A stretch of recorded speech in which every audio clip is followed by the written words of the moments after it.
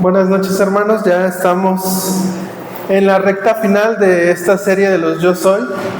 El séptimo Yo Soy, que es Yo Soy la vid verdadera.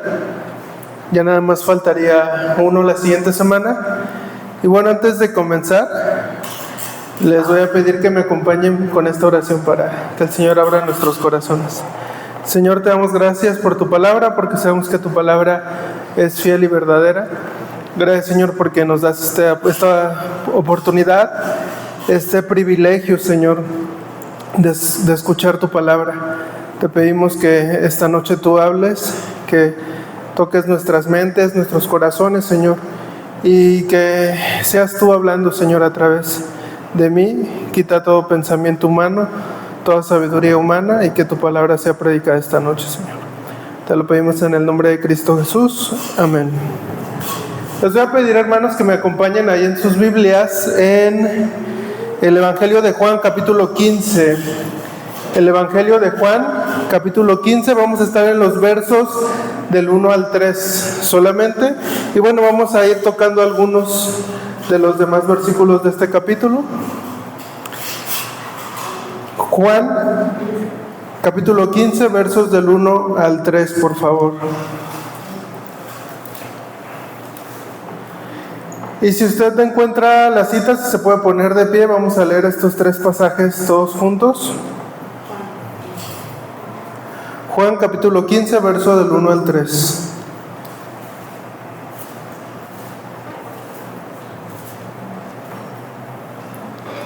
Vamos a leer todos juntos estos tres versículos. La palabra de Dios dice: Yo soy la vid verdadera y mi Padre es el labrador.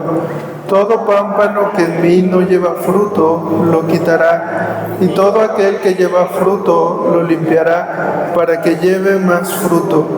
Ya vosotros estáis limpios por la palabra que os he hablado.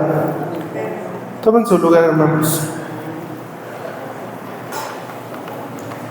Como sabrán algunos, mi esposa y yo vivimos en un cerro, donde todavía hay mucha vegetación, muy cerca de Cañón de Lobos. Hay muchos terrenos, mucha vegetación. Ahorita con las lluvias está todo verde, hay mucha hierba, pero nos hemos dado cuenta que ahí en su humilde casa nacen matitas de jitomatitos silvestres. No sé si alguna vez los hayan visto, pero no es que nosotros sembremos esos jitomatitos, sino que nacen de la nada. No los regamos, no los cuidamos, pero ahí están. Y son unos jitomatitos muy chiquitos. Nosotros aprovechamos, mi esposa los recolecta y ahí hace distintos platillos con esos jitomatitos. Bueno, este pasaje nos habla de una vid. Una vid es una planta, es un arbusto que da uvas. Y al igual que estos jitomatitos que nacen silvestres, también hay vides que nacen silvestres. Pero la diferencia es que las vides que nacen silvestres dan una uva que es muy amarga y que no se puede utilizar. Se desecha esta uva. Esta uva, por ejemplo, no se puede utilizar para hacer vino. Y bueno, en este capítulo Jesús se va a presentar como la vid verdadera. No como una vid silvestre que da un fruto que es amargo, sino como la vid verdadera que da el mejor de los frutos. La única vid que da un buen fruto y da un fruto abundante.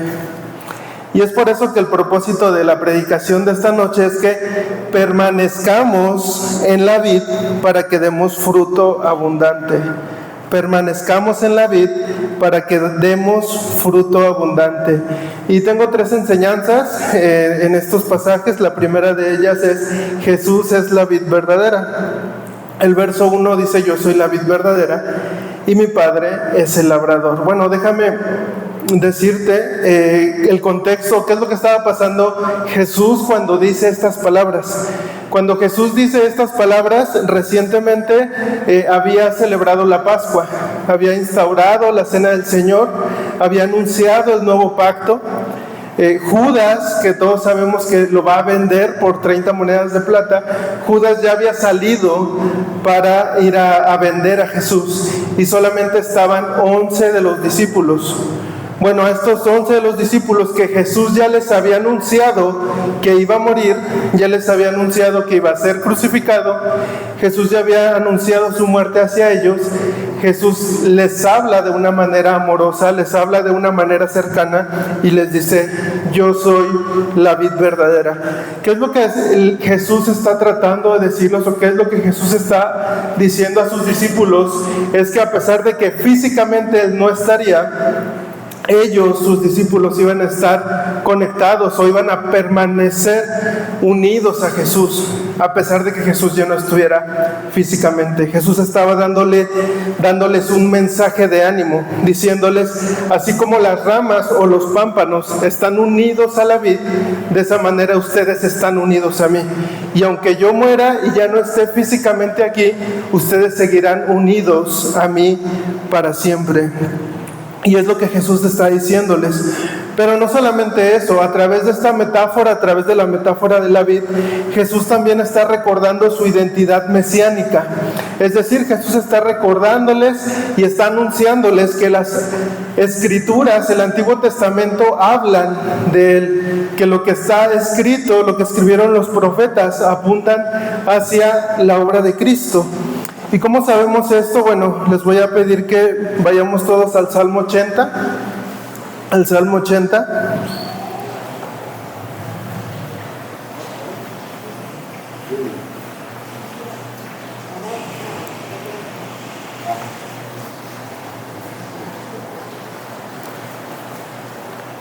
Este salmo, el Salmo 80, es escrito por Asaf. Y se considera que se escribe unos 720 años antes de Cristo, es decir, antes de que Jesús viniera, unos 720 años antes se escribe este salmo. Y bueno, el salmista Asaf está hablando justo de Israel como la vid plantada por Dios. Como la vid plantada por Dios. El verso 8 del Salmo 80 dice: hiciste venir una vid de Egipto, echaste las naciones y la plantaste, limpiaste sitio delante de ella e hiciste arraigar sus raíces y llenó la tierra. Los montes fueron cubiertos de su sombra y con sus sarmientos los cedros de Dios. Extendió sus vástagos hasta el mar y hasta el río sus renuevos. ¿Por qué aportillaste sus vallados y la vendimian todos los que pasan por el camino? La destroza el puerco montés y la bestia del campo la devora. Bueno, el salmista está hablando que Dios tomó una vid de Egipto, y todos recordaremos la historia cuando Dios saca a su pueblo de Egipto y hace una nación grande. Bueno, el salmista está diciendo eso: hiciste venir una vid de Egipto y echaste las naciones y las plantaste. Limpiaste sitio delante de ella e hiciste arraigar sus raíces. Es decir, Dios cuidó de esa vid que sacó de Egipto. Dios cuidó de ella, Dios la protegió, Dios hizo arraigar sus raíces y llenó la tierra. Pero después dice que inclusive los puercos monteses destrozaron la vid. ¿Qué es lo que está pasando? Isaías capítulo 5 nos da una ilustración aún mayor de lo que está sucediendo. Voy a leer, no es necesario que busquen esta cita, voy a leer Isaías capítulo 5, del 1 en adelante. Dice: ahora cantaré por mi amado, al cantar de mi amado a su viña. Tenía mi amado una viña en una ladera fértil. La había cercado y despedregado y plantado de vides escogidas. Había edificado en medio de ella una torre y esperaba que diese uvas, y dio uvas silvestres. Lo que está diciendo el profeta Isaías es que Dios cuidó, Dios protegió a esa vid, Dios cuidó y protegió a Israel. Dice: lo cercó, lo despedregó, lo plantó en vides escogidas, edificó en medio de ellos una tierra y esperaba que diera fruto. Pero estas vides dieron uvas silvestres. Se fueron frutos que no servían, dieron frutos que eran inútiles. El verso 3 dice: ahora pues, vecinos de Jerusalén y varones de Judá, juzgad ahora entre mí y mi viña. ¿Qué más se podía hacer a mi viña que yo no haya hecho en ella? ¿Cómo esperando yo que diese uvas, ha dado uvas silvestres? Os mostraré pues ahora lo que haré yo a mi viña. Le quitaré su vallado y será consumida. Aportillaré su cerca y será hollada. Haré que quede desierta, no será podada ni cavada, y crecerán el cardo y los espinos, y aun a las nubes mandaré que no derramen lluvia sobre ella. Debido a que esta vid no dio un buen fruto, Dios se apartaría de ellos. ¿Y cuál sería la consecuencia? Bueno, serían destruidos. Esta vid que no dio buen fruto sería destruida. Y esta es la historia de Israel. Todos sabemos que Israel, a pesar de ser cuidado, de ser protegido, de en una infinidad de veces haber visto milagros de Dios, Dios mismo se presenta delante de ellos. Dios les da de comer, les da de beber, les da territorios, les abunda en todo. A pesar de todo ello, ellos nunca dieron buen fruto. ¿Y qué es lo que Jesús está diciendo? Es: yo soy la vid verdadera. Yo soy lo que Israel no pudo ser. Yo represento al pueblo de Dios. Yo soy cuidado por el labrador, que es el Padre, y yo no doy fruto silvestre, sino yo doy fruto abundante. Yo doy buen fruto. Y si solamente Jesús produce buen fruto, entonces permanezcamos en Él para que demos fruto abundante. Y estos pasajes que acabamos de leer en Salmos y en los profetas no solamente están apuntando hacia la vid verdadera, que es Jesús, sino que también están apuntando hacia la vid que era Israel, que fue cortada por no dar buen fruto. Y estos pasajes de Juan también hablan acerca de las ramas o los pámpanos que no dan buen fruto, que serían cortados. Y esta es la segunda enseñanza que tengo para ustedes. Las ramas que no dan fruto serán cortadas. Las ramas que no dan fruto serán cortadas. El versículo 2 de Juan 15 dice: todo pámpano que en mí no lleva fruto, lo quitará. Esta afirmación pudiera interpretarse, inclusive algunos el día de hoy todavía interpretan esta afirmación como que la salvación se pierde. Es decir, tú en algún momento fuiste salvo y fuiste parte de la vid, estabas unido a la vid, estabas unido a Jesús, pero porque no diste buen fruto, fuiste cortado, es decir, perdiste tu salvación.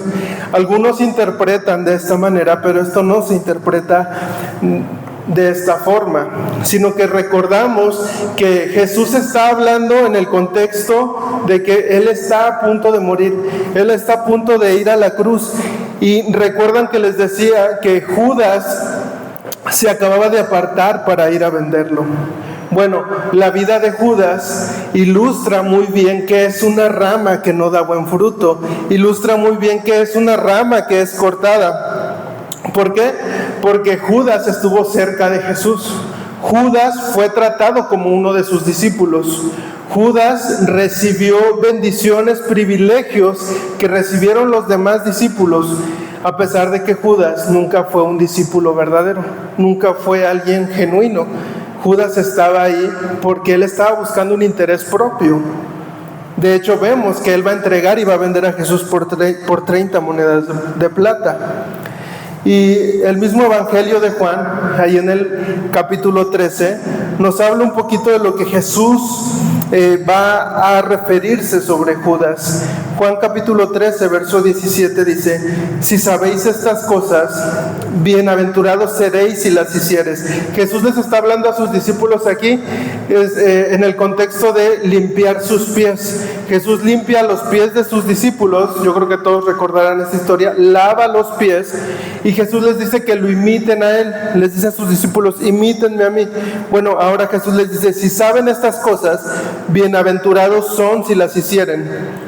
No hablo de todos vosotros, yo sé a quienes he elegido, mas para que se cumpla la escritura, el que come pan conmigo levantó contra mí su calcañar.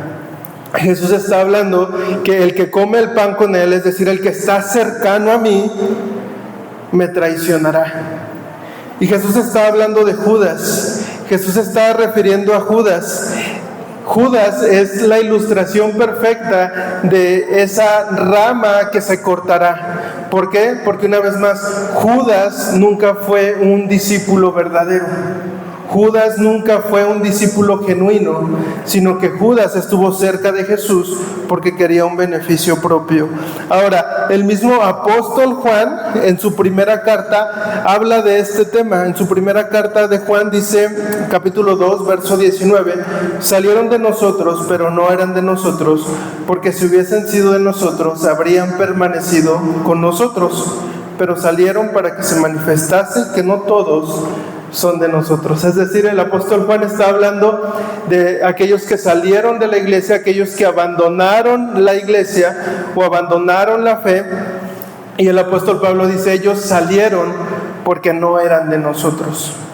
Ellos salieron de aquí porque no eran de nosotros. No significa que ellos habían sido salvos y después perdieron su salvación, sino que ellos nunca habían sido salvos. Ellos nunca habían creído en Jesucristo, nunca habían tenido fe en Jesucristo y por eso salieron. Entendiendo ahora esto, me gustaría detenerme un poquito porque sé que ya he dicho muchas cosas y este pasaje tiene muchísima enseñanza, pero me gustaría recapitular un poquito. Jesús está hablando de la vid verdadera. Jesús está diciendo, yo soy la vid verdadera. El que permanece en mí, ese lleva mucho fruto. Pero también está diciendo Jesús que el que no permanece y el que no da fruto será cortado. Es decir, aquellos que nunca fueron parte de Jesús, aquellos que nunca creyeron en Jesús, aquellos que estuvieron cerca pero nunca creyeron, aquellos que estaban cercanos pero nunca experimentaron la salvación, ellos son los que serían cortados y serían echados al fuego. Y aquí pudiera decirles que examinemos nuestras vidas y que pensemos quiénes somos nosotros, si somos ramas genuinas, si genuinamente hemos creído en Jesucristo y estamos dando buen fruto, o si estamos cerca de la iglesia, cerca de Jesucristo, pero no estamos dando buen fruto, sino todo lo contrario, estamos dando uvas silvestres. Pero antes de que nos examinemos y tomemos este tiempo para pensar en nuestras vidas, quiero que leamos ahí en el Evangelio de Juan, el mismo capítulo 15, el verso 9. Dice, como el Padre me ha amado, así también yo os he amado. Permaneced en mi amor. Si guardareis mis mandamientos, permaneceréis en mi amor, así como yo he guardado los mandamientos de mi Padre y permanezco en su amor. El Señor Jesús les está diciendo, ¿recuerdan las primeras palabras? Yo soy la vid y el Padre es el labrador. Jesús les está diciendo, así como el Padre me amó a mí, yo los he amado a ustedes. Jesús les está hablando a sus discípulos. Y así como yo he obedecido los mandamientos de mi Padre, ustedes tienen que obedecer mis mandamientos. Es decir, voy a tratar de resumir esta enseñanza en una frase más sencilla. Si nosotros experimentamos el amor de Dios a través de Cristo, entonces nosotros somos capaces de obedecer sus mandamientos. Una vez más, si nosotros experimentamos el amor de Dios a través de la obra de Jesucristo, entonces nosotros somos capaces de obedecer sus mandamientos. Por eso Judas no fue capaz de obedecer, por eso Judas traicionó, porque Judas nunca experimentó el amor del Padre a través de Cristo, sino todo lo contrario. Judas buscó y tuvo un amor por sí mismo y quiso ganar un beneficio para sí mismo. Pero nosotros hemos experimentado el amor a través de Jesucristo. Por lo tanto, tenemos que dar buen fruto. Por lo tanto, podemos guardar los mandamientos de Jesús. Espero que hasta aquí esto sea claro, porque ahora me gustaría mencionar a qué se refiere Jesús con guardar mis mandamientos. Recordamos que Jesús va a guardar toda la ley.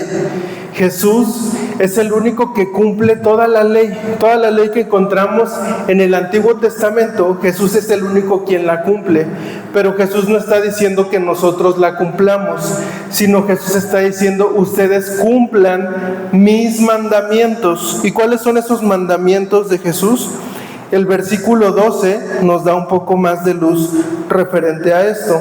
Dice: este es mi mandamiento, que os améis unos a otros como yo os he amado. Nadie tiene mayor amor que este, que uno ponga su vida por sus amigos. Vosotros sois mis amigos, si hacéis lo que yo os mando. No os llamaré siervos, porque el siervo no sabe lo que hace su Señor, pero os he llamado amigos, porque todas las cosas que oí de mi Padre os las he dado a conocer. No me elegisteis vosotros a mí, sino que yo os elegí a vosotros, y os he puesto para que vayáis y llevéis fruto, y vuestro fruto permanezca, para que todo lo que pidiereis al Padre en mi nombre, Él os lo dé. Esto os mando, que os améis unos a otros. Entonces, el mandamiento de Jesús, o los mandamientos de Jesús, se resumen en amarnos unos a otros. Entonces, recapitulando una vez más todas las ideas, si nosotros experimentamos el amor de Dios a través de Jesucristo, entonces nosotros somos capaces de guardar los mandamientos de Jesús, que se resume en amarnos unos a otros. Si nosotros somos ramas que están unidas a la vid, que es Jesús, entonces el buen fruto es amarnos unos a otros. Entonces aquí sí quisiera detenerme y preguntar, quisiera pedirles que cada uno se preguntara: ¿estás amando a tu prójimo? ¿Estás amando a los demás? Jesús está hablándole a sus discípulos, a sus escogidos, a los que estaban cercanos a Él, y les está diciendo: mi mandamiento es que ustedes se amen, y ustedes pueden amarse porque están unidos a mí. Ahora mi pregunta es, aquí entre los que estamos, ¿nos amamos unos a otros? Jesús va a decir que el amarse unos a otros es tratarse como amigos. Jesús les dice: ya no los llamaré siervos, ahora son mis amigos. ¿Cuántos amigos aquí hay de los que estamos aquí? ¿Cuántos pueden decirse: ah, este hermano es mi amigo, ah, este hermano es mi amigo? ¿Y qué hace un amigo? Un amigo se conoce. ¿Cuántos hermanos de los que están aquí conoce sus vidas, conoce sus necesidades, conoce sus luchas? ¿Cuántos de ellos en algún momento le has invitado a tomar un café, le has invitado a comer, has orado por él, has visto una necesidad y le has ayudado en esa necesidad? ¿Con cuántos de ellos has tenido esta amistad? Lo que está diciendo Jesús es que si nosotros somos ramas que están unidos a Jesús, nuestros frutos es que tengamos amigos. Nuestro fruto es que amemos a los demás como el Padre amó a Jesús. Así como así como Jesús entregó su vida por nosotros, nosotros tenemos que mostrar amor por el prójimo. Pero una vez más, ¿cuántas veces en esta semana hablaste con tu hermano? ¿O solamente los vemos los miércoles? ¿O solamente los vemos los domingos? Y de ahí se nos olvida. Y a lo mejor nuestras amistades están allá afuera, ¿no? A lo mejor yo paso mucho tiempo con otras personas que no son hijos de Dios. Entonces, si yo paso más tiempo con otras personas, entonces estaré unido a Jesús. Si yo tengo más amistades allá afuera, entonces mi pregunta es: ¿estaré unido a Jesús? Un pastor que se llama Sugel Michelin, en una de sus predicaciones dijo que el éxito de una iglesia se mide en términos de las relaciones significativas que se desarrollan entre sus miembros. Voy a repetirlo una vez más: el éxito de una iglesia se mide en términos de las relaciones significativas que se desarrollan entre sus miembros. Es decir, una iglesia que realmente demuestra o refleja el fruto fruto de Jesús es una iglesia que tiene relaciones significativas, es decir, relaciones que se ayudan a crecer, relaciones que se ayudan a buscar a Jesús, relaciones que se ayudan a fortalecer su relación con Jesús. Eso es una relación significativa. Y si nosotros no tenemos relaciones significativas en la iglesia, entonces nuestras relaciones significativas están allá afuera. Y entonces no estamos mostrando el fruto, no estamos reflejando que estamos conectados a Jesús.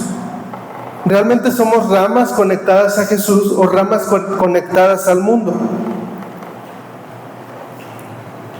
Y si esto todavía no pasa, es importante que tú busques amistades cristianas. Es importante que tú te acerques con las personas. Hace poco daba un ejemplo y decía, puedo decirle, no sé, a César, ¿me ayudas a cargar este púlpito? Lo voy a llevar para allá. Y César me puede decir, sí, Alex. Entonces vengo yo y lo cargo y César se queda allá. Y yo sigo cargándolo y César se queda allá. O sea, a pesar de que César me dijo que sí, no me ayudó. ¿Qué quiero decir con esto? Que las relaciones se tratan de estar cerca. Yo puedo cargar esto yo solo. A lo mejor si está muy pesado, lo puedo ir arrastrando. Pero si César viene y se acerca conmigo, entre los dos podemos cargarlo de forma más sencilla. Bueno, la palabra de Dios nos habla un montón de esto. Ahí en Gálatas capítulo 6 nos dice, llevad las cargas los unos de los otros. Esta es la ley de Jesús. De esta manera cumplen la ley de Jesús cuando llevan las cargas los unos de los otros. Mi pregunta es, ¿conoces las cargas de tus hermanos? ¿Sabes cuáles son sus cargas? Para conocer las cargas de tus hermanos necesitas estar cercano. Hace rato preguntábamos, aquellos que tienen una petición pueden ponerse de pie. No a todos se nos da decir nuestras peticiones. Yo sé que todos estamos padeciendo de alguna manera. Yo sé que todos tenemos alguna petición, pero no todos se nos da, no todos tenemos o sentimos esa libertad de decirlo delante de todos. Pero muchas veces en lo íntimo, en la intimidad, yo me acerco con mi hermano. Y si mi hermano me conoce, y si yo frecuento a mi hermano, y si yo hablo con mi hermano, a veces ni siquiera es necesario que el hermano me diga su petición. Yo la puedo ver, yo puedo ver su necesidad, porque estoy cerca del hermano. Ese es un llamado hacia nosotros, estemos cerca de los hermanos, amémonos unos a otros. Ese es el fruto de Jesús. Así como el Padre amó al Hijo, el Hijo nos ama a nosotros y nosotros nos amamos unos a otros. Ese es el fruto, amarnos unos a otros. Si tú todavía no has experimentado el amor del Padre, si tú todavía no has experimentado el amor de Jesús por ti, entonces tienes que venir a Jesús. Tienes que escuchar su palabra, tienes que leer su palabra. Esta serie de los Yo Soy y el propósito general del Evangelio de Juan es que creamos. Y en estas predicaciones que se han venido dando cada semana, hemos hablado y hemos exhortado y hemos animado y hemos invitado a creer. Crean en Jesús. Jesús es el pan de vida. Jesús es el único camino. Jesús es la verdad. Este pasaje nos dice, Jesús es la vid verdadera. Jesús es el único que puede producir buen fruto en ti. Creamos en Jesús. Tenemos que creer en Jesús. Y el verso 4 de Juan capítulo 15 dice lo siguiente: permaneced en mí y yo en vosotros. Como el pámpano no puede llevar fruto por sí mismo si no permanece en la vid, así tampoco vosotros si no permanecéis en mí. Yo soy la vid, vosotros los pámpanos. El que permanece en mí y yo en él, este lleva mucho fruto, porque separados de mí nada podéis hacer. El que en mí no permanece será echado fuera como pámpano, y se secará, y los recogen y los echan en el fuego y arden. Separados de Dios no podemos hacer nada. Si nosotros somos ramas apartadas de la vid, nosotros no podemos dar fruto. ¿Cuántas veces han visto que una rama dé fruto por sí sola? Una rama tiene que estar conectado al tronco, una rama tiene que estar conectado a las raíces. Si esto no pasa, una rama no puede dar fruto.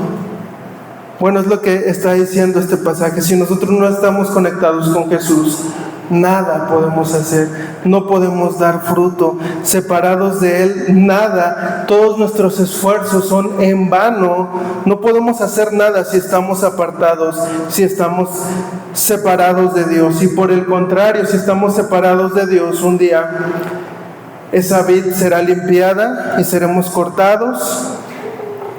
Y inclusive el hecho de que el pasaje nos dice que el Padre es quien limpia la planta, es para que aquellos que dan buen fruto den más fruto. No sé si ustedes tengan plantas, árboles, pero cuando uno poda su árbol, tiende a que el árbol da más fruto, ¿no? Y a veces uno pues tiene que podar aquellas ramitas que están secas, aquellas ramitas que siguen conectadas pero que no dan fruto, o aquellas ramitas que ya tienen plaga, y esto ayuda a que la planta dé mejor fruto. Bueno, esto es a lo que se está refiriendo Jesús en este pasaje. Y esto nos lleva al punto número 3 y el último punto, que lleva como título: las ramas que llevan fruto serán limpiadas y darán más fruto. Las ramas que llevan fruto serán limpiadas y darán más fruto. Dice el verso 2, parte B: y todo aquel que lleva fruto lo limpiará para que lleve más fruto. Ya vosotros estáis limpios por la palabra que os he hablado. Los discípulos ya estaban limpios. Los discípulos ya habían mostrado algunas evidencias de tener fruto. Los discípulos ya habían experimentado el amor de Jesús. ¿Y cómo dice Jesús que lo habían experimentado? A través de su palabra, a través de Jesús anunciándose como el Mesías, Jesús anunciándose como el único Dios verdadero, Jesús anunciándose como el único camino a la salvación.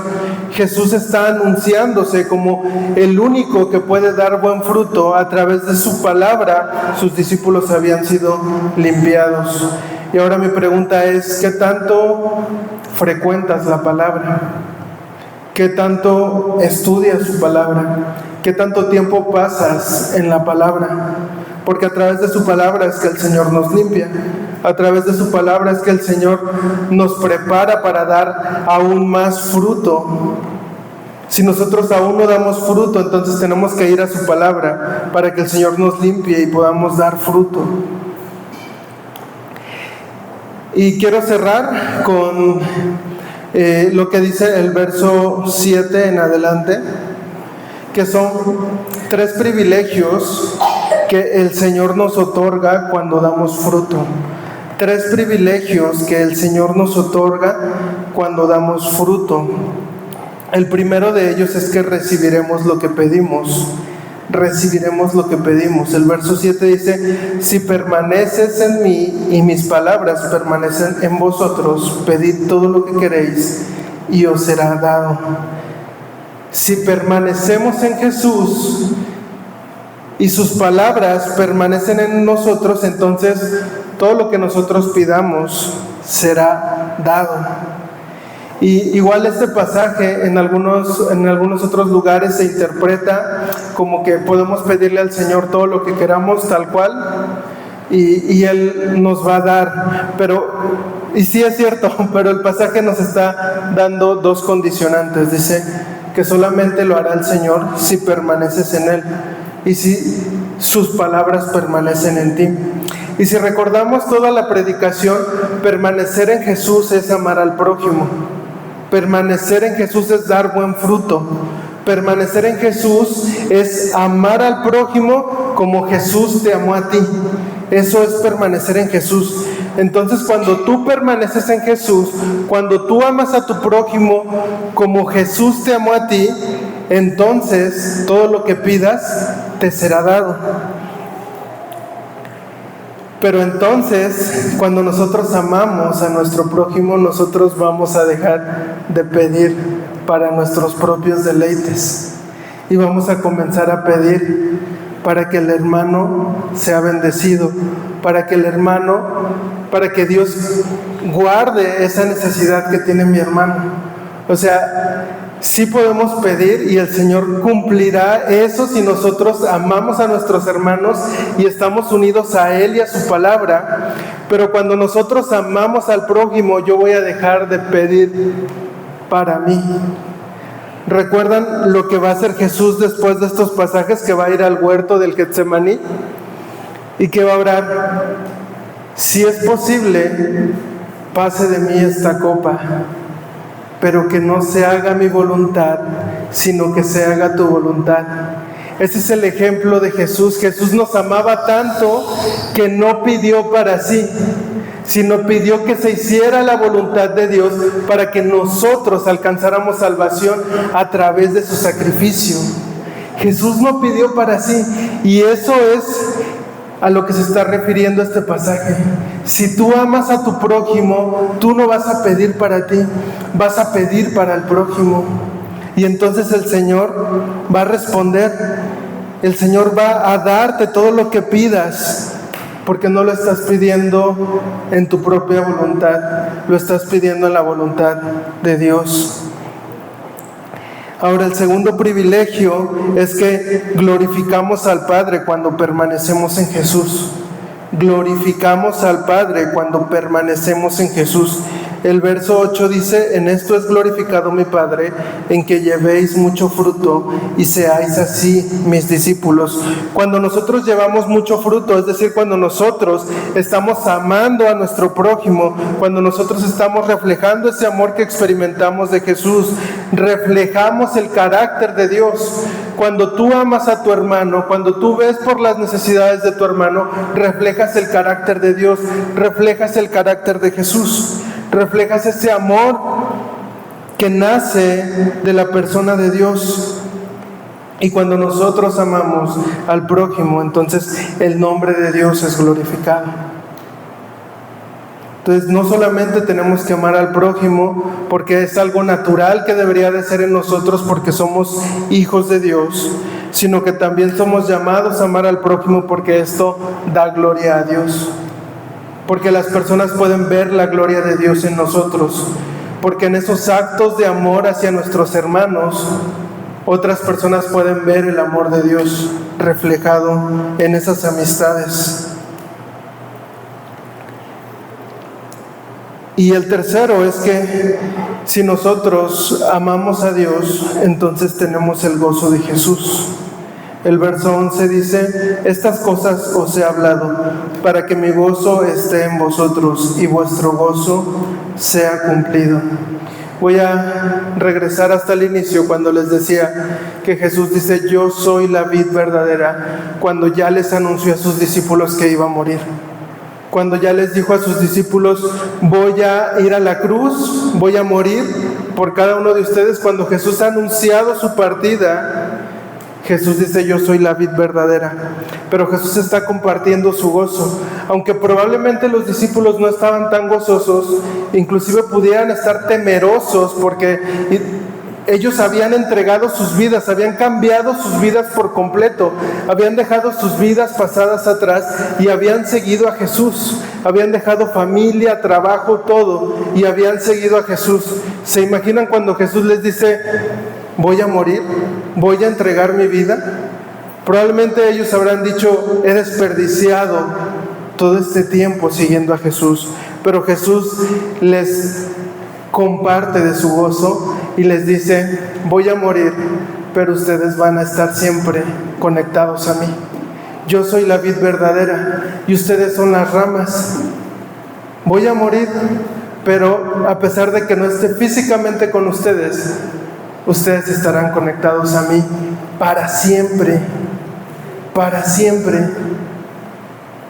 Y ese es el gozo que encontramos en esta verdad. que cada uno de nosotros que hemos experimentado el amor de Jesús, vamos a estar unidos y permaneceremos en Él para siempre. ¿Hasta qué? Hasta que estemos en su presencia, hasta que le veamos cara a cara, físicamente una vez más. Cuando nuestros cuerpos sean renovados, le veremos. Y esto es lo que trae paz y gozo a nuestros corazones. Vamos a orar, hermanos. Señor, te queremos dar muchas gracias por tu palabra. Gracias porque sabemos que tu palabra nos confronta, pero también nos anima y nos da aliento. Gracias porque podemos ver que tu obra, Señor, a través de nosotros. Gracias porque has mostrado tu amor inmenso hacia nosotros, porque nos has permitido experimentar ese amor tan grande que has mostrado hacia nosotros a través de tu muerte, a través de dar la vida por nosotros. Ayúdanos a ser esos amigos con nuestros hermanos, ayúdanos a amarnos unos a otros, a experimentar estas amistades, estas relaciones significativas que nos ayudan a crecer en amor, que nos ayudan a crecer en santidad, que nos ayudan a crecer cada vez más semejantes a la imagen de tu Hijo Jesucristo. Te pedimos, Señor, que si el día de hoy no tenemos amistades, te pedimos que nos ayudes a ir forjando esos lazos dentro de esta congregación, Señor. Y aquellas amistades que están fuera, Señor, que no las desechemos, sino que prediquemos a ellos, Señor, sino que les anunciemos tu palabra y que un día ellos puedan también venir a ti. Te pedimos, Señor, que esta tu palabra obre en nuestra mente, en nuestro corazón, y nos permita, Señor, recordar y tener esta paz de que estaremos unidos hasta el final contigo. En el nombre de Cristo Jesús. Amén.